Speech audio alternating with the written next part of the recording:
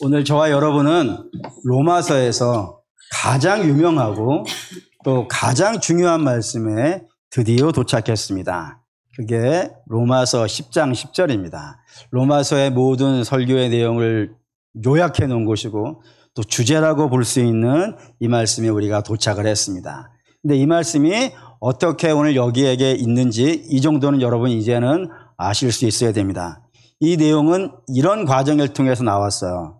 유대인들 그들은 구원을 뭘로 받는다고 생각했냐면 율법을 행함으로 구원을 받는다고 했습니다. 그것을 오늘 이 시대의 사람들로 내용을 바꾼다면은 사람이 착한 행위를 말미암아 구원을 받는다고 하는 말과 동일한 말입니다. 전부 다 자기 의로 말미암아 구원을 받는다라고 말하는 사람들에게 이 로마서가 선포되어지고 있는 겁니다. 뭐라고 선포하고 있는 것이냐면 율법으로 구원을 받으려면은 율법을 얼마만큼 지켜야 된다고요? 완전히 지켜야 된다고. 선으로 구원을 받으려고 하는 사람은 선을 얼마나 지켜야 된다고요? 완전하게 지켜야 된다고요. 여기에서 완전이라는 개념은 우리끼리 모여가지고 이 정도를 완전이라고 하자 그렇게 얘기하는 것이요. 아닙니다. 여기에서 완전이라는 개념은 하나님의 기준입니다. 하나님 보실 때 그 정도면 됐어, 이 정도면 완벽한 거야 라고 말하는 그 절대적인 기준에 율법이 도달해야 되고 선이 도달해야 되는데 안타깝게도 그렇게 자기의 힘과 노력으로 율법의 선과 의와 선을 이룰 수 있는 사람은요 없더라 이겁니다. 오직 딱 한 분만이 하나님의 기준을 통과할 수 있으니 그분이 예수님이라 이거예요. 예수님 외에는 이게 불가능하다는 겁니다. 다시 말해 율법으로 또한 착한 것으로 구원을 받는다는 것은요 죄인 된 사람으로서는 불가능한 이야기라 이겁니다. 만 가지 중에 한 가지, 그 유명한 영화 있잖아요. 20명까지 만 중에 한 가지, 이런 개념도 안 되는 거예요. 아예 그냥 안 되는 거예요. 절대적으로 안 되는 그런 것이 사람의 의라 이겁니다. 그래서 하나님은 사람을 불쌍히 여기시사 사람의 의로 구원받는 것 말고 또 다른 의를 제공해 주셨으니 그 의가 뭐라고요? 믿음으로 말미암는 의. 그걸로 구원받는다 이겁니다. 그 믿음으로 말미암는 의, 그거는 사람이 어떤 노력을 하는 게 아니에요. 하늘의 별을 따고 하늘의 해를 따오는 것이 아니라 하나님을 믿는 거라고요. 하나님을 믿는 거로 말미암아 구원을 받는다 이겁니다. 그래서 이 굉장히 긴 문장을 얘기했는데 이 긴 문장을 딱 한 단어로 설명을 합니다. 뭐라 하냐면 이신득의라고 합니다.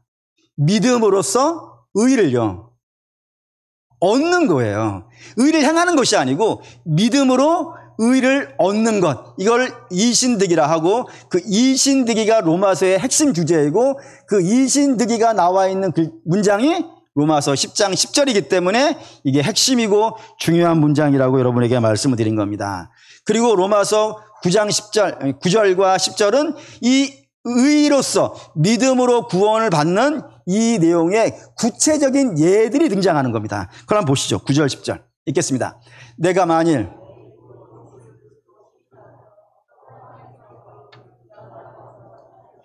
내 마음에 믿으면 구원을 받으리라. 사람이 마음으로 믿어 의에 이르고 입으로 시인하여 구원에 이르느니라 했습니다. 여기 이제 공통적으로 등장하는 단어가 입과 마음입니다. 근데 입과 마음은 누구나 다 아는 내용이에요. 입은 뭐겠어요? 눈에 보이는 겁니다. 그럼 마음은 뭐겠어요? 눈에 안 보이는 겁니다. 혹시 마음이 보이시나요? 잘 가려놨는데? 안 보이죠? 입은 보이죠? 입이 혹시 안 보이나요? 안경을 써야 됩니다. 입은 보이고 마음은 안 보입니다. 그리고 입은 또 무엇을 상징하는 것이냐면은 눈에 보이는 거니까 몸이고요. 몸의 행동을 나타내는 것이 다 입입니다. 그래서 입으로 뭐 한다 그러잖아요. 입으로 은혜를 끼치도 하고 입으로 까먹기도 하고 입은 행동이에요. 반면에 마음은 실제로 우리 속에 있는 마음입니다. 이렇게 구분되어지는 거예요. 그런데 이 9절 말씀에서는 굳이 입과 마음을 구분하지 않아도 돼요. 입으로 믿고 마음으로 믿는 거예요. 그러니까 우리의 믿음이라는 것은 그냥 마음에만 있는 게 아니라는 거예요. 우리의 믿음은 전인격적이어야 돼요.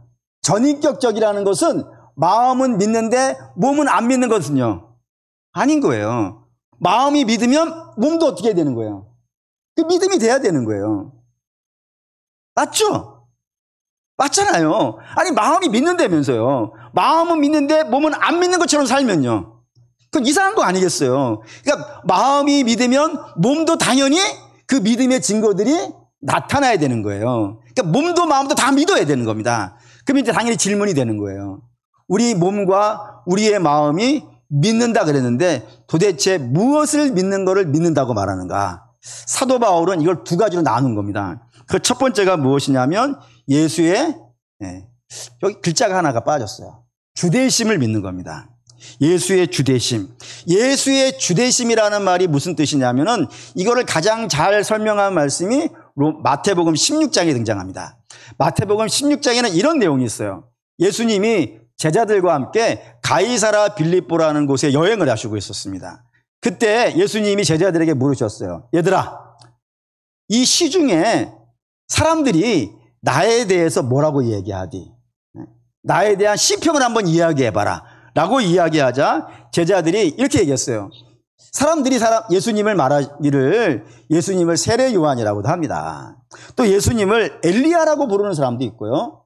예수님을 예레미야라고 부르는 자들도 있고요. 예수님을 선지자 중에 하나라고 말하는 자들도 있습니다. 라고 얘기한 거예요.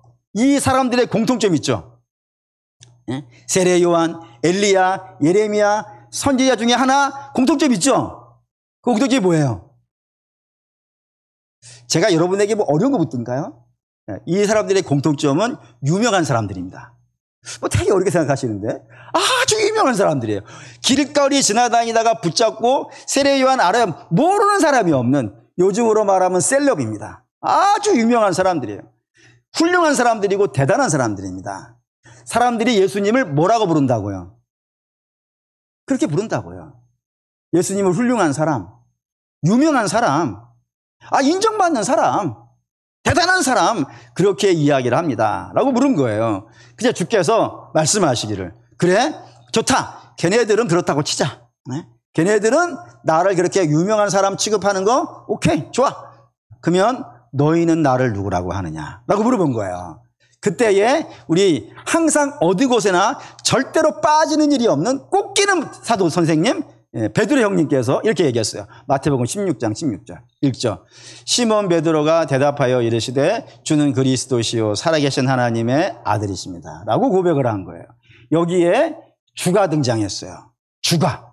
이 주를 베드로는 세 가지로 나눠서 설명했다 이거예요. 세 가지로.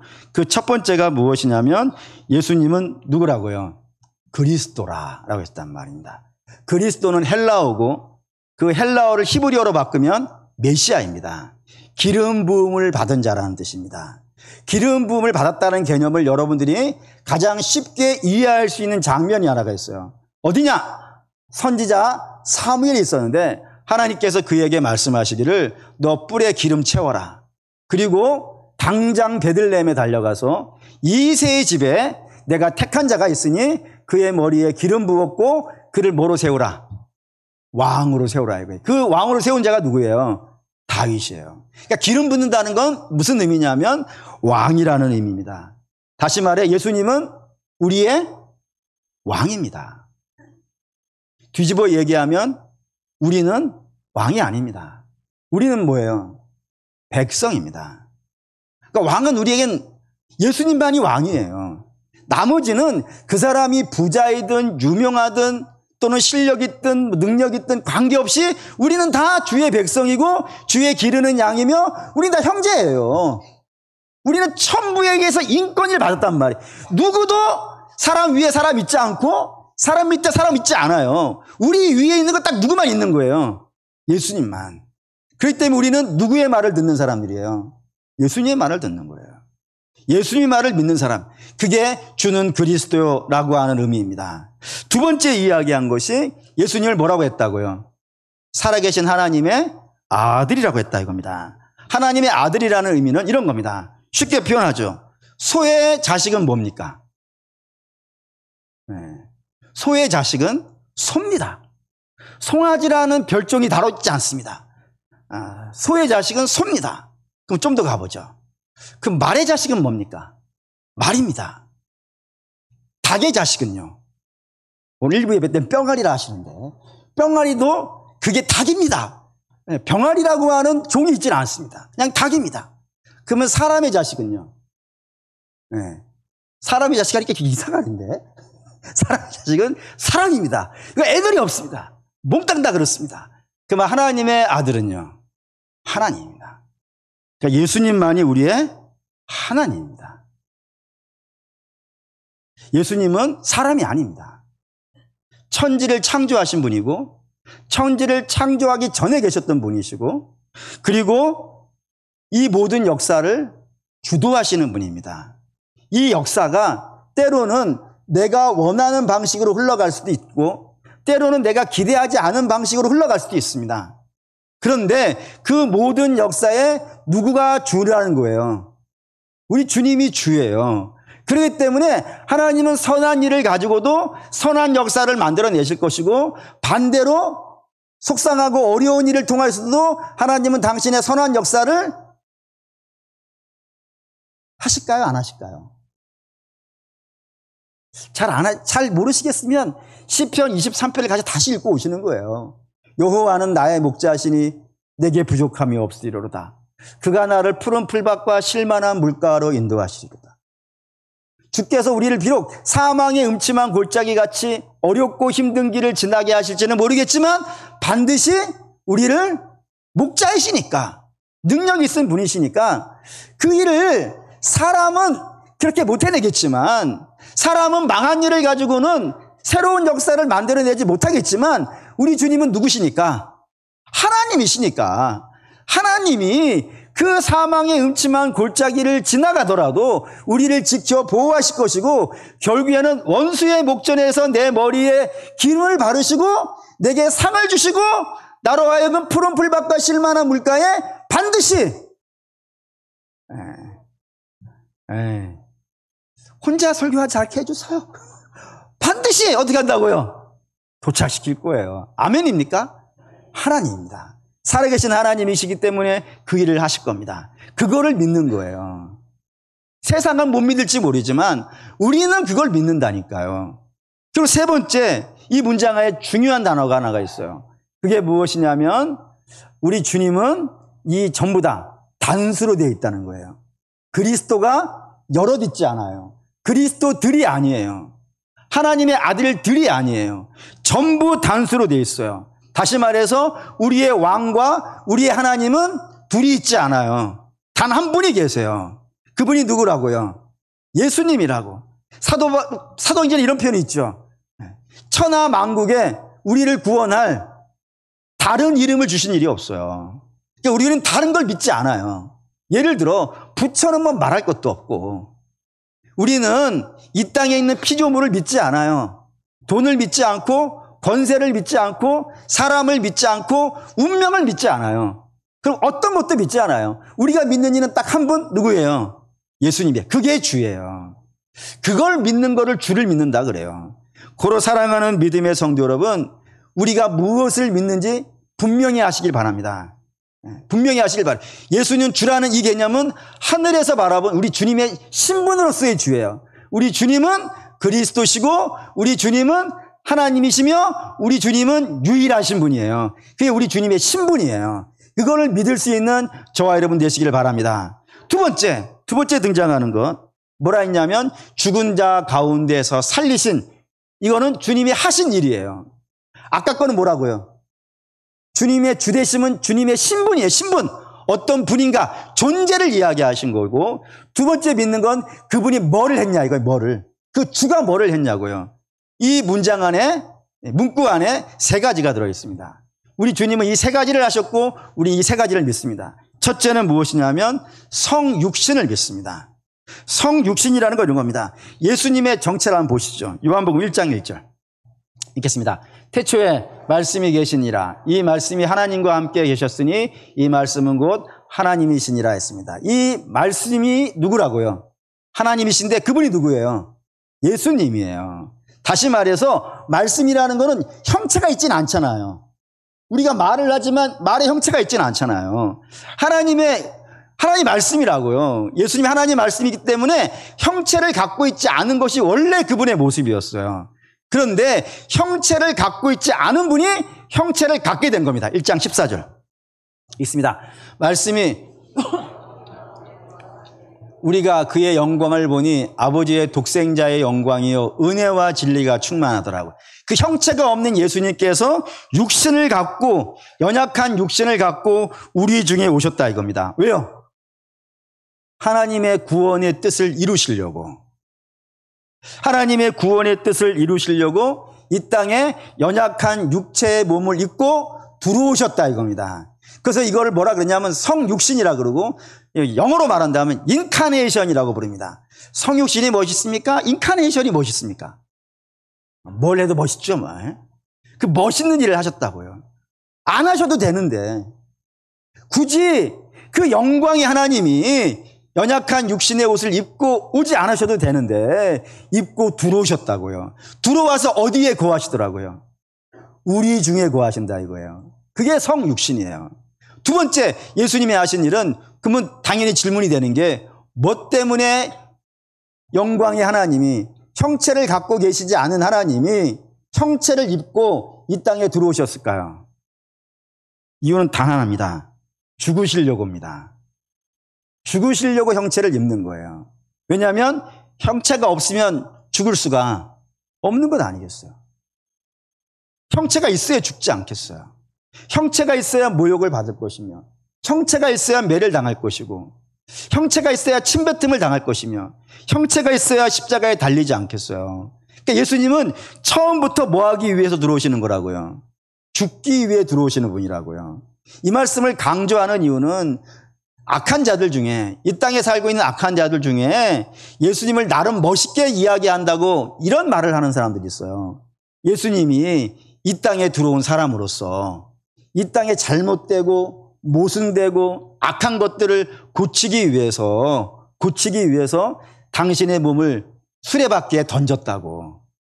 그런데 안타깝게 그 뜻을 이루지 못하고 수레바퀴에 치여 죽었다고. 나름 멋있게 이야기하려고 이야기한 거예요. 이걸 흔히 말해서 자유주의 신학이라 그러는데 그렇게 말하는 사람들이 있어요. 또 이단들도 그렇게 얘기를 해요. 근데 이 말을 여러분들 상당히 조심하셔야 되는 이유는 뭐 때문에 그러냐면은 이것 때문에 그렇습니다. 요한복음 19장 30절 읽죠.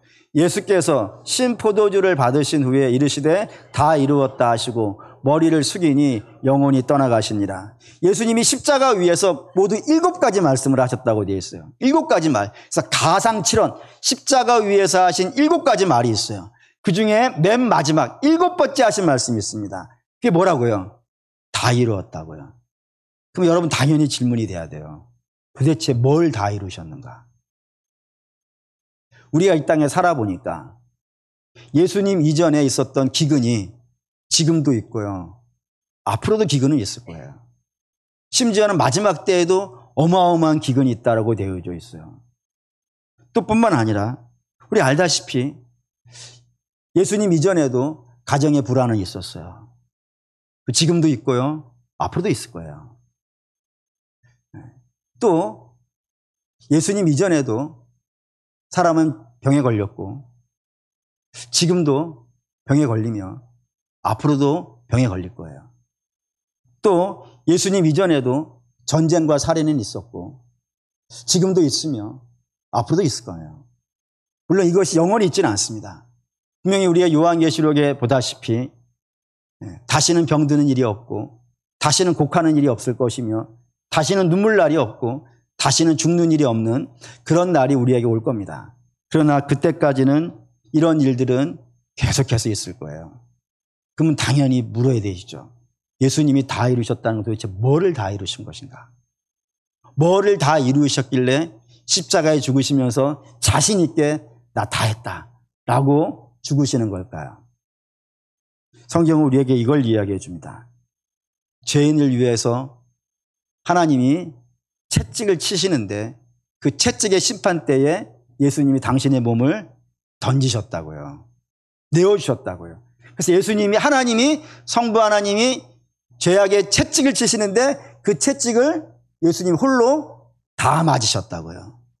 그리고 하나님이 죄인에게 진노의 포도주 잔을 내려주셨는데 그 진노의 포도주 잔을 사람하고 나누지 아니하고 당신이 홀로 다 마셨다고요. 다 맞으시고 다 마셨다고요. 누구하고도 조금도 나누지 아니하고 혼자서 하나님의 매를 다 맞았고 하나님의 진노를 다 마셨다고요. 그 결과 어떤 일이 벌어졌냐면 하나님의 죄에 대한 심판이요. 완전히 끝나버렸다고요. 완전히 끝장나버렸다고요. 그래서 죄가 소멸되어졌고 죄가 소멸되어졌으니까 하나님과 우리가 원수 관계였었는데 이제는 뭐가 됐다고요? 화평해졌다고요. 평화가 하나님과 우리 사이에 생겼다고요. 그 하나님과 우리 사이에 생긴 평화를 그 유명한 글자로 한 글자로 그런다 그랬죠. 뭐라고요? 샬롬이라고. 하나님과 우리 사이에 샬롬이 이루어졌다고요. 그 샬롬이 이루어진 걸 믿는 거예요. 우리의 마음과 몸이 하나님과 우리 사이에 막혔던 담이 헐고 하나님과 우리 사이에 죄의 담이 무너지고 하나님과 우리가 이제 하나 되었다는 그 사실을 몸과 마음으로요 믿는 거라고요. 그걸 믿는다 그런다니까요. 그래서 이제 우리 하나님과 하나 되었고 연합하였고 이제 믿음의 길을요 영광 중에 옛날에는 못 갔는데 옛날에는 죄가 붙잡고 있어서 믿음의 길을 못 갔는데 지금은 죄에서 풀려났기 때문에 비록 좁고 협착한 길이라 하더라도 우리 주님과 함께 그 길을 걸어서 어디에 도착할 수 있다고요? 하나님의 영광에 도착할 수 있다. 이렇게 얘기한다고요. 죄가 해결됐기 때문입니다. 세 번째, 우리가 무엇을 믿냐면은 주의 부활을 믿는 자입니다. 주의 부활을 믿는 거예요. 이 믿음이 중요한 이유가 있습니다. 무덤 안에는 원칙적으로 무덤 안에는 누가 살고 있는 겁니까? 살고 있다 하면 안 되겠다. 무덤 안에는 누가 있습니까? 죽은 자가 있습니다. 죽은 자는 왜 죽은 겁니까? 죄에 대한 심판으로 죽은 겁니다. 우리가 그렇게 배웠습니다. 죄로 말미암아 사망이 들어왔기 때문에 무덤 안에 있는 사람들은 죄인이고 죄에 붙잡혀 있는 사람들이 죽음 아래에 있는 사람들이에요. 그런데 예수님이 그 죄를 가지고 어떻게 하신 거예요? 죽으셨다 이겁니다. 우리의 죄를 짊어지시고 죽었다고요. 그래서 무덤에 들어간 거예요. 근데 그렇게 죽으심으로 말미암아 그 죄가 어떻게 된 거예요? 끝장나버린 거란 말이에요. 예수님은 죄인이 아니에요. 죄인이 아니신데 그분이 우리의 죄를 대신 짊어지신 거란 말이에요. 그 대신 짊어지고 죽으셔서 그 죄가마저도 다 해결해 버렸다고요. 그러니 예수님은 다시 어떤 상태가 된 거예요? 죄가 없는 상태가 된 거죠. 어려워졌습니까? 다시 하시죠. 예수님 원래 죄가 없었어요. 없는 분인데 우리의 죄를 짊어지시고 죽은 거예요. 죄가 없는 분인데. 그러니까 원래 죽으면 안 돼. 근데 죄를 짊어졌기 때문에 죽은 거예요. 죽어서 그 죄를 해결해 버렸다니까요. 그러면 죄가 어떻게 된 거예요? 해결됐죠. 그럼 예수님은 다시 죄가 없는 상태죠. 죄가 없는 상태면 무덤에 있으면 돼요, 안 돼요? 안 돼요. 무덤에 있으면 안 되는 중요한 이유가 두 가지가 있어요. 그 첫 번째는 예수님이 계속 무덤에 있다는 것은 예수님은 우리의 죄를 문제를 해결하지 못했다는 거 아니에요. 해결하지 못한 거잖아요. 그러면 예수님하고 우리하고 수준이 어때요? 똑같은 거 아니에요. 이런 때 쓰는 말 있잖아요. 도찐 개찐이라고. 50부 100부가 무슨 상관이에요. 우리보다 조금 훌륭한 것이지 죄의 문제를 해결하지 못한다면은 조금 어려운 것이지 그 정도 수준인데 안 되는 거 아니겠어요. 두 번째, 예수님이 죄의 문제를 해결하지 못하셨다면 우리는 여전히 어디에 있는 거예요? 죄 아래에 있는 거예요. 그러면 꽝인 거 아니에요, 여러분. 그러니 예수님은 당신이 하나님이라는 사실을 증명하기 위해서라도 부활하셔야 되고 우리의 죄의 문제가 해결했다는 것을 우리에게 보여주시기 위해서라도 뭐 하셔야 돼요? 부활하셔야 돼요. 그러니까 기독교라는 종교는 부활이 없으면 아예 서지를 않아요. 여기에 뭐 훌륭한 말 물론 있지만 훌륭한 말을 믿는 게 아니라고요. 우리는 멋있는 말을 믿는 게 아니라고요. 우리는 기적 정도를 믿는 사람들이 아니라고요. 기적은 제가 여러분에게 말씀드렸잖아요. 바다 가르는 거 바가지 들고 가서 한 10,000년 퍼면 바다는 갈라져요. 목사님 10,000년을 살 수 있을까요? 그건 다음 문제이고. 내가 못 파면 다음 자식이 파고 계속 파지 뭐. 예? 그렇잖아요? 열이 거서 무너지는 건요. 도끼 들고 가서 깨면 되는 거 아니겠어요? 좀 봐주세요, 여러분. 예? 우리는 기적을 믿는 사람들이 아니고, 우리 주님이 무덤에서 살아났다는 걸 믿는 거라니까요. 목사님, 이거 믿을만해요? 그 믿을만한 얘기예요? 자, 봅시다. 고린도전서 15장 3절에서 8절. 읽겠습니다. 내가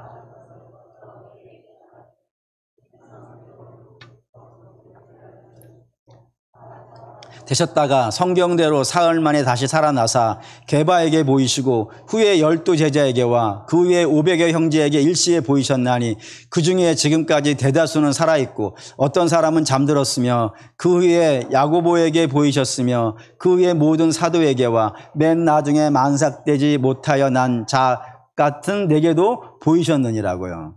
이 성경이 쓰여지던 시대, 성경이 예수님이 십자가에 죽으시고 요한계시록은 지금 저 밑에 한 90년대에 쓰여졌지만 나머지는 거의 70년, 30년 어간에 다 쓰여졌어요. 대부분이 30년 이전에 다 쓰여졌기 때문에 예수님이 십자가에서 부활하셨다는 사실을 이 성경이 기록할 때만 해도 다 살아있는 거예요. 대부분이 다 살아있는 거예요. 그래서 예수님 진짜로 부활하셨어요? 라고 물어보면 아니 내가 봤어. 얘도 봤고 쟤도 봤고 쟤도 봤고 쟤도 봤고 지천에 널려 있어. 지금 수백 명이 봤어 라고 하고 있는 그 시대에 성경이 쓰여졌다고요. 그래서 누구도 십자가에 부활했다는 사실을 부인하지 않아요. 그걸 봤다고요. 우리는 다 봤다고. 누구도 예외 없이 봤고 내 눈으로 봤고 내 손으로 만진 바 되었고 내 입으로 같이 이야기했고 나와 같이 40일간 같이 동거하셨다고 그렇게 얘기한다고요. 그렇게 말하는 자들이 우리에게 증거해 준 이야기를 오늘 우리는 믿고 있는 거라 이겁니다. 그로 사랑하는 믿음의 성도 여러분, 저와 여러분도 이 부활 믿으셔야 됩니다. 남들이 뭐라 그러는 상관없어요. 남들이 뭐라는 게 무슨 의미가 있어요. 본 자들이 와서 우리에게 얘기해 줬고 우리는 그걸 믿으니까요. 그걸 믿는 거예요. 그게 예수님이 하신 일입니다. 성육신 하셨고 우리 위해 십자가에 죽으셨고 우리를 죄에서 건지시려고 부활하신 그 예수님이 하신 일을 믿는 겁니다. 주 예수님의 존재의 위치를 믿는 것이고 그리고 예수님의 사역을 믿는 거예요. 그게 9절 이야기입니다. 그럼 10절 한번 다시 보시죠. 10절 읽겠습니다. 사람이 마음으로 믿어 의에 이르고 입으로 시인하여 구원에 이르느니라. 이건 좀 다른 느낌이에요. 무엇이냐면 마음이 먼저예요. 마음이 믿는 거예요. 뭐를 믿어요? 우리 앞에 말씀드린 거예요. 우리 주님의 주되심을 믿는 거예요. 뭐가요? 우리의 마음이 믿는 거예요. 그리고 우리 주님께서 이런 일을 하셨어요. 그거를 우리가 마음으로 믿는 거예요. 그러면 어떤 일이 벌어진다고요? 입으로 시인하게 된다고요. 입으로 시인하게 된다고. 이 얘기가 왜 나왔냐면은 마가복음 7장 보시죠. 마가복음 7장 읽겠습니다. 예수께서 이르시되 너희도 이렇게 깨달음이 없느냐? 무엇이든지 밖에서 들어가는 것이 능히 사람을 더럽게 하지 못함을 알지 못하느냐? 이는 마음으로 들어가지 아니하고 배로 들어가 뒤로 나감이라. 이러므로 모든 음식물을 깨끗하다 하시니라. 또 이르시되 사람에게서 나오는 그것이 사람을 더럽게 하느니라. 속에서 곧 사람의 마음에서 나오는 것은 악한 생각 곧 음란과 도둑질과 살인과 간음과 탐욕과 악독과 속임과 음탕과 질투와 비방과 교만과 우매함이니 이 모든 악한 것이 다 속에서 나와서 사람을 더럽게 하느니라. 이 말씀 주께서 왜 하셨냐면은 예수님이 제자들과 함께 길을 지나는 중에 제자들이 너무 허기졌어요. 너무 허기져가지고 있던 차에 먹을 게 생겼단 말입니다. 그때에 먹을 거를 허겁지겁 먹은 거예요. 허겁지겁 먹었다는 것은 손을 안 씻고 먹었다는 이야기입니다. 정결례라고 하는 율법이 있는데 손을 씻고 먹어야 되는데 안 씻고 너무 배가 고픈 나머지 먹어버린 거예요.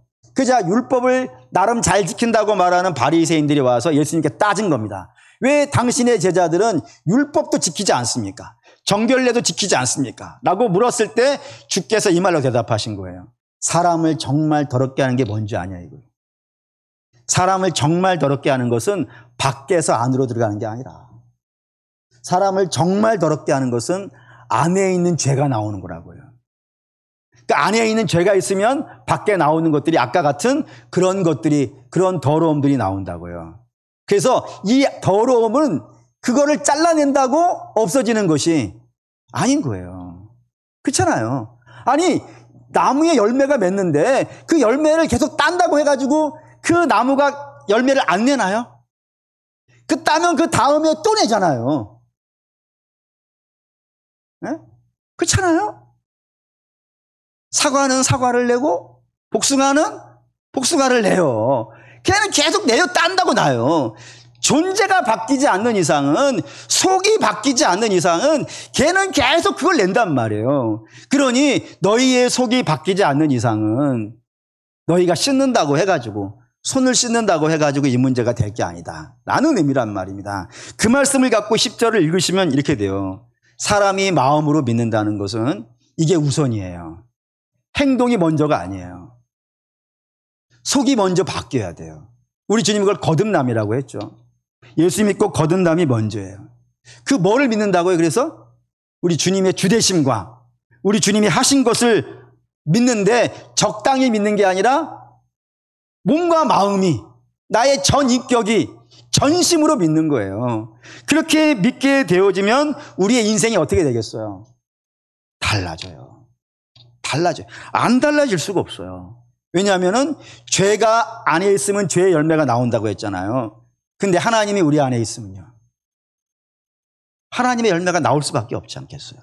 그게 성령의 열매 아니에요. 하나님의 사랑이 내 안에 있으면 하나님의 사랑이 나오고, 하나님의 기쁨이 내 안에 있으면 하나님의 기쁨이 내 열매로 맺혀지고, 하나님의 역사가 내 안에 있으면 하나님의 은혜가 내 삶에 나타나는 겁니다. 반드시 그렇게 되어진다 이거예요. 이걸 가장 드라마틱하게 설명해 준 장면이 요한복음 4장에 등장하는 수가성 여인입니다. 이 수가성 여인은 이미 남편 5이 지나갔고 지금 있는 남편도 자기 게 아니라 그랬으니까 6명이 있었던 사람이에요. 남편이 총 6명 있었던 사람이에요. 그러니 이 사실을 동네 사람들이 알겠어요? 모르겠어요? 모를 리가 없죠. 그래서 그 여자를 볼 때마다 손가락질을 했어요. 이 손가락질을 당하니까 이 여자가 그 손가락질 당하는 게 안 좋겠죠. 그 손가락질 안 당하고 싶을 거 아니겠어요. 그럼 어떻게 하면 손가락질 안 당할까요? 이미 나는 이미 5은 지나갔고 이제 6번째 생겼는데 이거를 바꿀 수는 없는 건 아니겠어요. 그럼 어떻게 하면 되겠어요? 손가락질 안 당하려면 안 만나면 되지. 사람들을 당연한 거 아니겠어요? 안 만나면 되는 거예요. 사람들 피해 다니면 되는 거예요. 그래서 이 여자는 물을 길르러 가는 것도 사람 없을 때 가요. 언제 가느냐? 한낮에 가요. 가장 뜨거울 때. 사람들 뜨거워서 나오지도 않는 그때에 나와서 물을 길르러 가요. 그것도 안 가고 싶었을 것 같아요. 혹시 그래도 만날지 모르니까. 그런데도 불구하고 물동이를 이고 가요. 왜 갔을까요? 물을 안 먹으면 못 사니까. 어려운 거 아니죠? 네. 물을 안 먹으면 못 사니까. 그래서 억지로 안 가고 싶은데 갔어요. 근데 그 안 가고 싶어 갔던 그 자리에서 누구를 만난 거예요? 예수님 만났어요. 그리고 이 사람이 이렇게 됩니다. 요한복음 14장 12절 읽습니다. 여자가 물동이를 버려두고 동네로 들어가서 사람들에게 이르되 내가 행한 모든 일을 내게 말한 사람을 와서 보라. 이는 그리스도가 아니냐 하니 그들이 동네에서 나와 예수께로 오더라라고요. 그 물동이 버렸다고요. 근데 이 물만 안 마시는 거라면은 물동이 지고 안 나왔을 텐데 내가 지금 물을 안 마시고 살 수가 없으니 이렇게 하고 나온 거란 말이에요. 그 중요한 물동이를 집어 던져버렸다고요. 그리고 자기에게 손가락질하는 사람들을 향해서 갔어요. 이 이후에도 마찬가지예요. 사람들이 이 여자에게 이렇게 얘기해요. 내가 예수를 믿게 된 건 너 때문이 아니야. 이렇게 말하는 중이란 말이에요. 그러는 사람들에게 뛰어가가지고 내가 그리스도를 봤다. 내가 그리스도를 봤다. 라고 외치는 사람으로 바뀌더라 이겁니다. 그렇게 되어지는 거예요, 여러분. 예수님을 은혜를 입은 자. 물론 그 열매가 어마어마하게 큰 사람도 있을 것이고 어쩌면 아직 이제 열매가 이제 겨우 시작되어져서 아직은 열매가 없을 수도 있어요. 하지만 살아난 이상은 반드시 뭐가 있어요? 열매가 생길 거예요. 그 열매가 자랄 거예요. 얼마나 놀랍게 자라는지 한번 보시죠. 요한복음 14장 12절 읽겠습니다.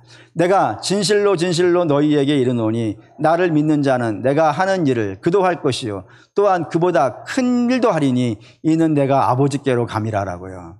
주께서 나를 믿는 자는 내가 한 일도 한다. 여기에서 내가 한 일은 십자가 지는 일은 아닙니다. 그건 누구만 할 수 있는 일이에요.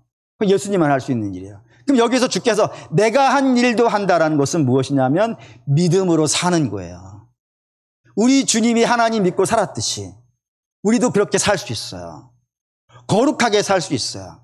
누구만 가능하다고요. 예수님과 연합한 자는 좁고 협착한 길이라도 그 길을 걷는다니까요. 그렇게 할 수 있다니까요. 심지어는 뭐도 한다 그러면 그보다 더 큰 일도 할 것이다. 사랑하는 믿음의 성도 여러분, 윤리와 도덕은 중요한 법입니다. 이 땅에 있는 형법, 이런 상법 중요한 법입니다. 그런데 예수님은 그걸로 잴 수가 없어요. 왜요? 그보다 더 크신 분이거든요. 그 말인즉슨 우리도 그렇다고요.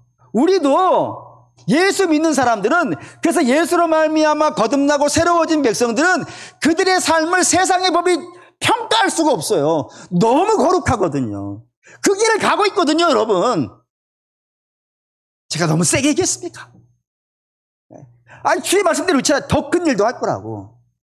이제부터 시작하여서 조금씩 발전할 거라고요. 성장할 거라고요. 그래서 주님 닮아갈 거라고요. 그래서 더 아름다운 역사도 만들어낼 거라고요. 그렇게 되어질 거라고 이야기한다 이겁니다. 다시 말해서 믿음이 우리 안에 자리를 잡고 믿음의 역사하기 시작한다 그러면 그 믿음이 우리의 삶으로요, 역사예요. 반드시 역사예요. 놀라운 일을 일으킨다 이겁니다. 그로 살아가는 믿음의 사람들, 결론 내립시다. 우리는 우리의 구원을 위하여 특별한 해야 될 일이 있지 않습니다. 하늘의 별 안 따와도 됩니다. 해도 안 따와도 됩니다. 여러분들이 어마어마한 일 안 해도 됩니다. 조국을 복음화시키겠습니다 해가지고 온 땅을 다 전부 안 하셔도 됩니다. 구원에 관련돼서만큼은 안 하셔도 됩니다. 우리의 노력으로 구원받는 거 아닙니다. 오직 뭘로 받는다고요? 예수를 믿음으로 받는다고요. 그럼 우리는 예수를 믿어야 될 겁니다. 그럼 뭐를 믿는 거예요? 예수의 주되심을. 예수님이 나를 위해 이런 일을 하셨음을 그걸 믿을 수 있기를 바라요. 그걸 믿기 위해서 여러분 소망이 하나 있으셨으면 좋겠습니다. 그 소망은 주님 만나는 겁니다. 주께서 너는 구하라. 그럼 구해질 것이고, 찾으라. 그럼 찾아질 것이고, 두드리라. 그럼 열릴 거라 했어요. 근데 그 구하고 찾고 두드리는 것을 우리가 개인적으로 가지고 있는 그런 소망 정도로만 쓰지 않으셨으면 좋겠어요. 그것도 쓰십시오. 당연히 그것도 써야 됩니다. 그런데 그보다 더 중요한 것은 우리 주님, 우리가 주님을 이참에 만나게 해주십시오. 이때 만나게 해주십시오. 주께서 여러분이 가지고 있는 그 문제로 주님이 만나 주시려고 그 문제 잠시 허락하신 것일 수도 있잖아요. 그 여자가 목마르지 않았다면은, 안 목말랐다면은 우물가에 나왔겠습니까? 안 나왔을 것이고, 안 나왔으면 주님 못 만났을 거 아니겠어요? 주께서 그를 부르시려고 잠시 목마르게 하신 것 아니겠습니까? 그러면은 여러분이 가지고 있는 문제로 실망하고 낙심하지 마시고 그걸 가지고 주 앞에 나가서 더 은혜를 받기를 원합니다. 그래서 주가 주의 사랑을 경험할 수 있는 계절 되기를 바라요. 주님의 신비를 만날 수 있기를 바랍니다. 그러면은 나머지는 주가 하시지 않겠습니까? 그 여자가 물동이를 버렸대요. 그럼 우리는 우리의 근심을 버리지 않겠습니까? 변화가 있지 않겠습니까? 그러니 주님 잘 모르시는 분이 있으시다면은 이참에 이걸 소원 삼으시지요. 주님, 이때 주님 만나는 역사 있게 해주시고 주의 사랑이 어떤 것인지 깨닫는 역사 있게 하여 주시옵소서. 그래서 여러분 옆에 있는 분들에게 물으세요. 다른 데 가서 물으시지 마시고 우리 안에 물으세요. 저에게 물으셔도 좋고 우리 장로님에게 물으셔도 좋고 부역자님에게 물으셔도 좋고 여러분 보시기에 나보다 좀 믿음이 성숙하신 분이다라고 물으십시오. 알려줄 겁니다. 그리고 아시는 분들이 있으십니까? 아시는 분들이 있으시다면은 이참에 우리 주님의 사랑이 그 길이와 그 너비와 높이와 깊이가 있다가 있어요. 그러니까 내가 알고 있는 게 다가 아닌 거니까 더 깊은 차원이 있어요. 더 깊은 차원으로 들어가실 수 있기를 바라요. 분명히 하나님이 나를 통해서 하실 일이 있을 겁니다. 분명히 나를 통해서 주의 십자가의 사랑을 증거하시는 일이 있을 겁니다. 그 소망을 가지시기를 바라요. 분명히 하나님은 그 일을 이루시는 과정 속에 놀라운 일을 완성시킬 겁니다. 끝나고 났을 때 분명히 여러분들은 하나님께서 하셨습니다라고 찬송하게 될 것이고 감사하게 될 것이고 영광을 올려드리게 될 겁니다. 꼭 그런 일이 있을 것이니까 우리 주되심을 꼭 믿으시길 바라시고 그리고 주를 깊이 만나셔서 우리의 인생의 송두리째 바뀌는 기적의 백성들 되시기를 주의 이름으로 축원합니다. 아멘.